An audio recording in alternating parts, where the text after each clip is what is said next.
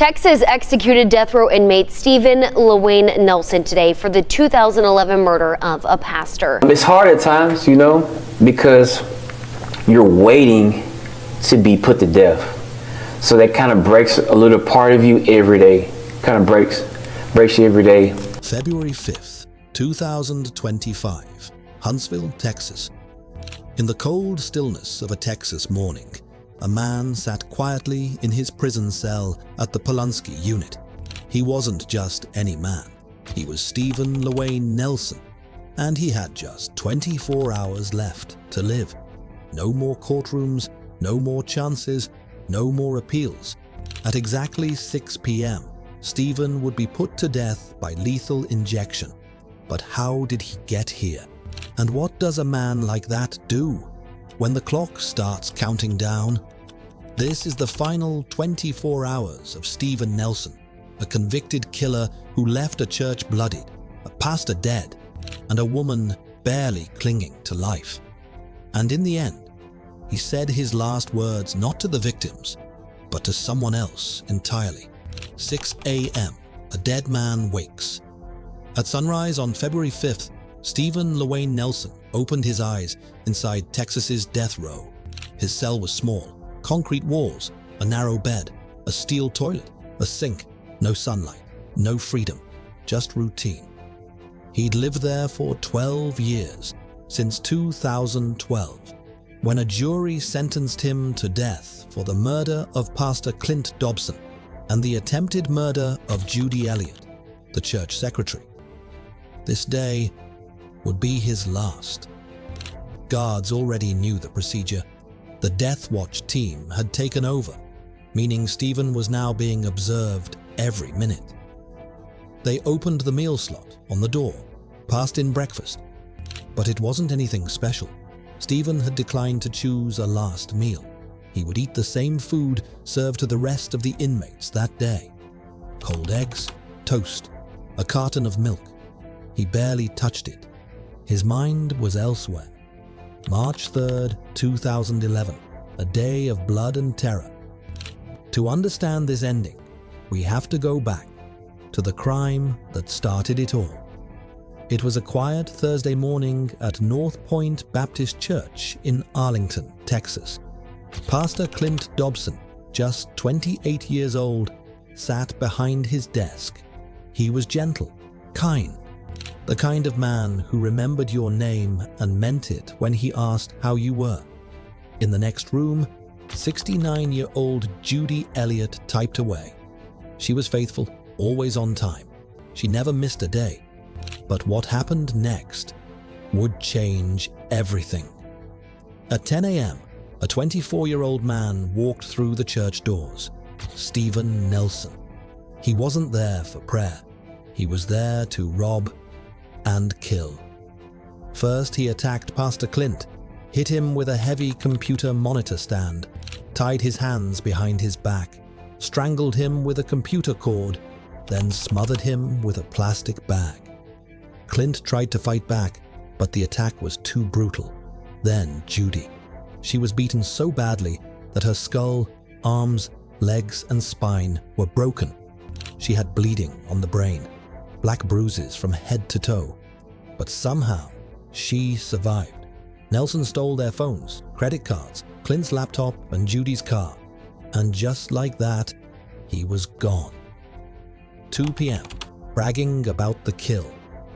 That same afternoon, Steven was already at a gas station using Judy's credit cards.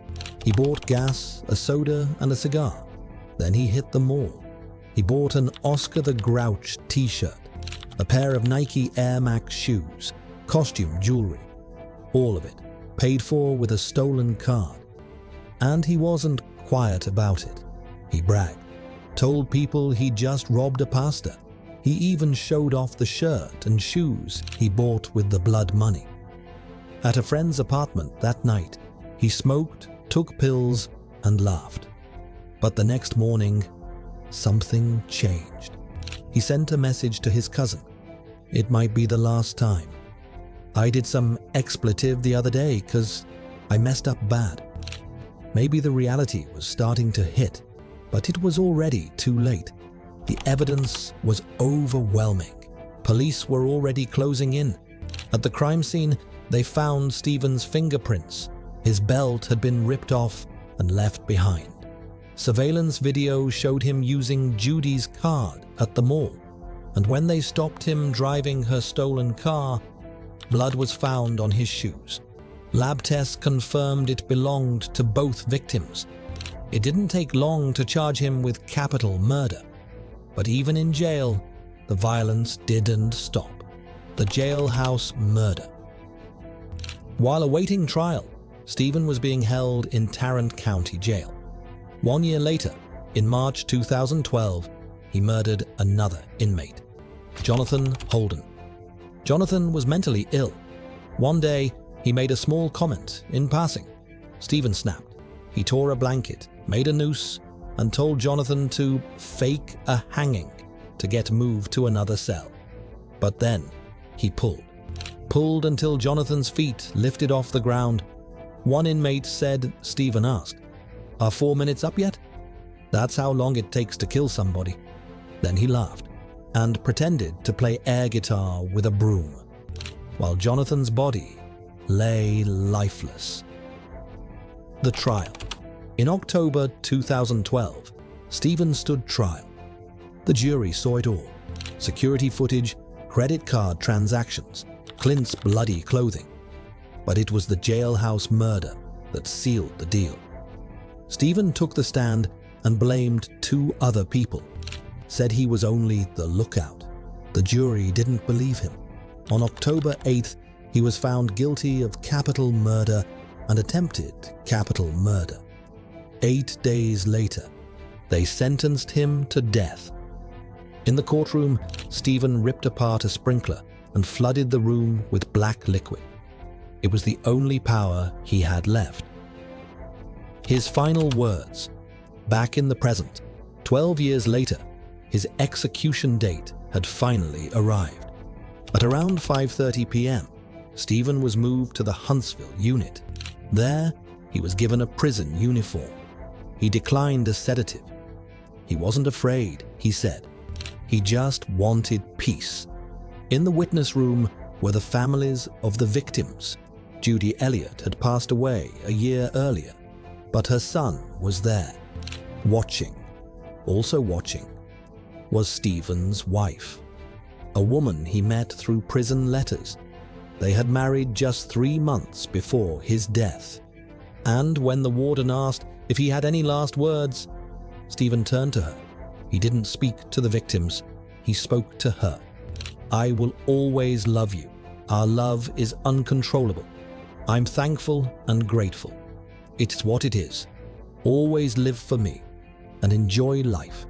Give Monkey a hug for me. No, I am not scared. It's cold in here. I'm at peace. I'm ready to be at home. Let's ride, Warden." Those were the last words he ever said. 6:26 p.m. The final breath. At 6:26 p.m., the lethal injection began to flow. Steven turned toward the glass one last time, staring at his wife and her dog. "Let me go to sleep," he whispered. He tensed, gasped twice. His head and arms twitched. Then slowly, all movement stopped. At 6:50 p.m., he was pronounced dead. Just 13 days before his 38th birthday. Justice or revenge? Was this justice? Was it enough? Nelson's execution brought closure, but not peace. Clint was still gone. Judy had died with the scars, and the people he left behind still ask, could this have been prevented? Let us know your thoughts in the comments. And if you want more real, raw stories about the final moments of the world's most dangerous figures, subscribe to The Final Sentence, where justice ends with a countdown.